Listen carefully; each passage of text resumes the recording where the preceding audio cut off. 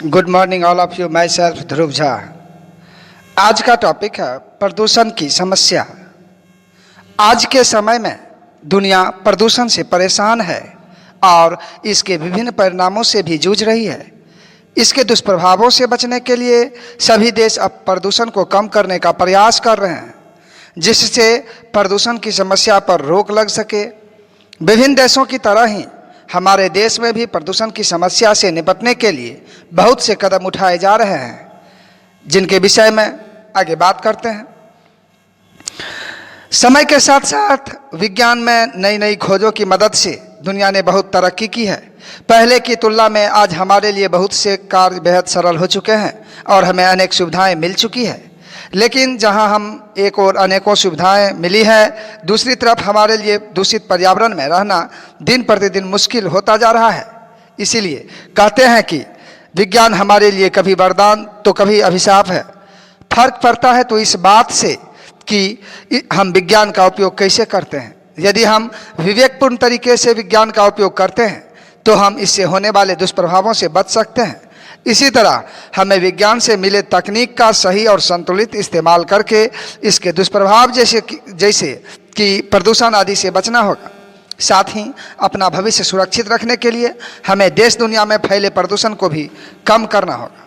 प्रदूषण का अर्थ होता है कि पर्यावरण में विषैले, हानिकारक और जीवन के लिए खतरा माने जाने वाले तत्वों की अधिकता हो जाती है, तो उसे ही प्रदूषण कहते हैं। अन्य शब्दों में अगर बताया जाए तो जब प्रकृति के संतुलन में दोष उत्पन्न हो जाए तब हम इसे प्रदूषण कह सकते हैं। आज के समय में जल से लेकर वायु तक हमारा वातावरण दूषित हो चुका है, जिसका सीधा प्रभाव पूरी मानव जाति पर पड़ेगा। प्रदूषण मुख्य रूप से 4 प्रकार के होते हैं, जिनमें जल प्रदूषण, वायु प्रदूषण, मृदा प्रदूषण और ध्वनि प्रदूषण आते हैं। इसके अतिरिक्त भी अन्य प्रकार के प्रदूषण हैं जो धीरे धीरे करके आज के समय में मानव जाति के लिए खतरा बन रहे हैं। इन्हें हम रेडियोधर्मी प्रदूषण और प्रकाश प्रदूषण को शामिल कर सकते हैं। आइए इन प्रदूषणों के बारे में विस्तार से जानते हैं। सबसे पहले जल प्रदूषण। जल हमारे जीवन के लिए बहुत आवश्यक है, लेकिन वर्तमान समय में जल प्रदूषण के चलते पीने का पानी बहुत ही कम रह गया है, जिसके अनेक कारण हैं। लेकिन जो पीने योग्य उपलब्ध जल राशि है वो भी दूषित होती जा रही है, और इन सब में से जो मुख्य कारण है वह है जल का प्रदूषित होना। बात करें जल प्रदूषण की तो इसे आप ऐसे समझ सकते हैं कि जल निकायों के दूषित होने पर इसे जल प्रदूषण कहते हैं, जैसे कि झील, नदियाँ, समुद्र और भूजल का प्रदूषण आदि भी इसमें शामिल है।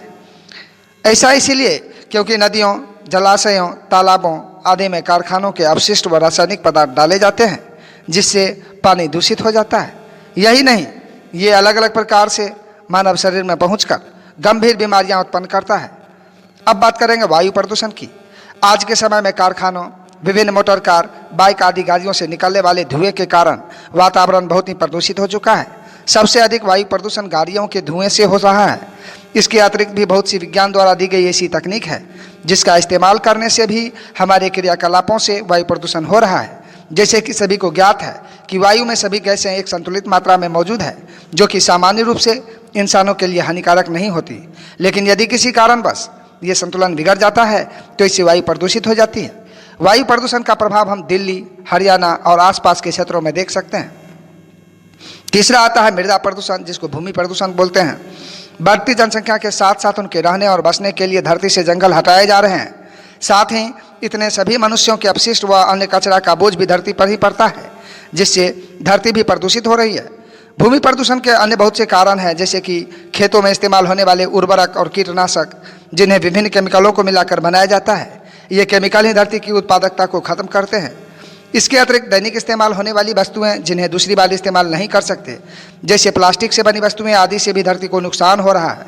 अब बात करेंगे ध्वनि प्रदूषण की। ध्वनि प्रदूषण का अर्थ आप इसके नाम से ही लगा सकते हैं। इसका अर्थ होता है ध्वनि से होने वाला प्रदूषण। आपने ध्यान दिया होगा कि सड़कों पर चलने वाले वाहनों से निकलने वाली हॉर्न वाली आवाज़ें और जगह जगह लगे हुए लाउड स्पीकर से होने वाले आवाज़ से ध्वनि प्रदूषण की मात्रा बढ़ जाती है, जो कि इंसानों में सुनने की क्षमता और मानसिक बीमारियों की जड़ बनती जा रही है। इसके अतिरिक्त अनेक अवसरों जैसे शादी, विवाह, त्योहारों आदि पर लोग पटाखे जलाते हैं और तेज आवाज़ में संगीत सुनते हैं, जिससे ध्वनि प्रदूषण होता है। अब बात करेंगे रेडियोधर्मी प्रदूषण की। रेडियोधर्मी प्रदूषण रेडिएशन से होने वाला प्रदूषण है जो कि इंसानों के लिए खतरनाक है। मुख्य रूप से रेडियो एक्टिव पदार्थों से निकलने वाले विकिरण जैसे कि यूरेनियम, थोरियम, प्लूटोनियम आदि से रेडियो एक्टिव प्रदूषण होता है। इसके अलावा दैनिक जीवन में इस्तेमाल होने वाले गैजेट्स या यंत्र आदि का इस्तेमाल करते हैं, जैसे कि मोबाइल फ़ोन और अन्य ऐसे ही यंत्रों का उपयोग करते हैं, तो इससे भी नाभिकीय प्रदूषण फैलता है। आगे बात करेंगे प्रकाश प्रदूषण की। प्रकाश प्रदूषण को ही फोटो पोल्यूशन के नाम से भी जाना जाता है। आगे बात करेंगे हम लोग, ये जो है और उतना ही नहीं, इसे चमकदार पोल्यूशन के नाम से भी जाना जाता है। ये प्रदूषण मुख्य रूप से कृत्रिम प्रकार के इस्तेमाल से बढ़ रहा है। जैसे जैसे विकास हो रहा है और शहरीकरण बढ़ रहा है, वैसे ही कृत्रिम प्रकाश की मांग भी अनेक अवसर पर बढ़ जाती है, जिससे आसपास के वातावरण पर इसका बुरा प्रभाव भी पड़ने लग गया है। इसका सबसे अधिक प्रभाव हमारे आसपास के जीव जंतुओं पर पड़ता है, जैसे कि सड़क किनारे पेड़, उद्यान व उसमें लगे पेड़ पौधे, इसके साथ ही अन्य जीव जंतु जिनमें कीट पतंगे भी शामिल है, उन पर भी चकाचौंध रोशनी से दुष्प्रभाव पड़ रही है। वर्तमान में मानव जाति विभिन्न प्रकार के प्रदूषणों से जूझ रही है, जिसके कारण भी कहीं न कहीं हम खुद आगे हैं। इसमें आगे दिए गए छोटे छोटे पॉइंट पर हम इन कारणों को समझेंगे। जैसे जल प्रदूषण के मुख्य कारण नदियों और तालाब व अन्य ऐसे ही जलाशयों में लोग नहाने, कपड़े धोने से लेकर सब बहाने तक का कार्य करते हैं। औद्योगिक कचरा जैसे कि कारखानों से निकलने वाला केमिकल और कचरा आदि नदियों में बहा देते हैं। कृषि में इस्तेमाल होने वाले केमिकल जो कि फसल को बचाने आदि के प्रयोग में किए जाते हैं। सीवेज, नदी नालों का पानी जो नदियों में बहा देते हैं, इससे जल दूषित हो जाता है। नदियों के किनारे गंदगी फैलाने से भी उस स्थान पर जो है पानी की गुणवत्ता खराब हो जाती है। इसके अतिरिक्त कचरे के निपटान की अपर्याप्त व्यवस्था और पानी के बेहतर ट्रीटमेंट के लिए पर्याप्त इंफ्रास्ट्रक्चर उपलब्ध न होना आदि इसके जो है प्रमुख कारण है। आज के पार्ट में इतना ही, मिलते हैं अगले पार्ट में, तब तक के लिए जय हिंद।